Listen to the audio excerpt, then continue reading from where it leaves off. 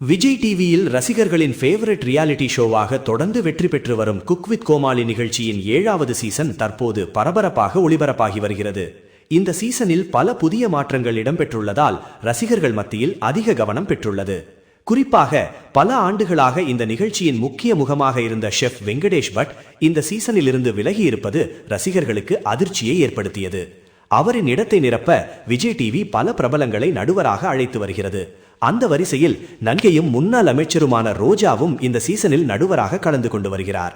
ரோஜாவின் வரவு குறித்து ரசிகர்கள் சமூக வலைதளங்களில் கலவையான கருத்துக்களை பகிர்ந்து வரும் நிலையில் தற்போது நடிகை வனிதா விஜயகுமார் அளித்துள்ள பேட்டி பெரிய சர்ச்சையை கிளப்பியுள்ளது. அந்த பேட்டியில் பேசிய வனிதா, குக் வித் கோமாளி நிகழ்ச்சியில் நடுவராக வர ரோஜாவுக்கு என்ன தகுதி இருக்கிறது? அது நான் இருக்க வேண்டிய இடம். ஷெஃப் தாமுவுக்கு பிறகு அந்த இடத்தில் இருக்க தகுதியானவர் நான் தான் என்று வெளிப்படையாக கூறியுள்ளார். மேலும் ரோஜா என்னுடைய தோழிதான், ஆனால் ஒரு குக்கிங் ஷோவுக்கு நடுவராக இருக்க வேண்டுமெனில் அதற்கான அனுபவமும் அறிவும் இருக்க வேண்டும் என்றும் அவர் தெரிவித்துள்ளார். வனிதாவின் இந்த கருத்து தற்போது சமூக வலைதளங்களில் வைரலாக பரவி வருகிறது. சிலர் வனிதாவுக்கு ஆதரவு தெரிவித்து வரும் நிலையில் பலர் ரோஜாவுக்கு ஆதரவாக கருத்து தெரிவித்து வருகின்றனர். இதனால் குக் வித் கோமாளி நிகழ்ச்சியை சுற்றி புதிய சர்ச்சை உருவாகியிருப்பது குறிப்பிடத்தக்கது.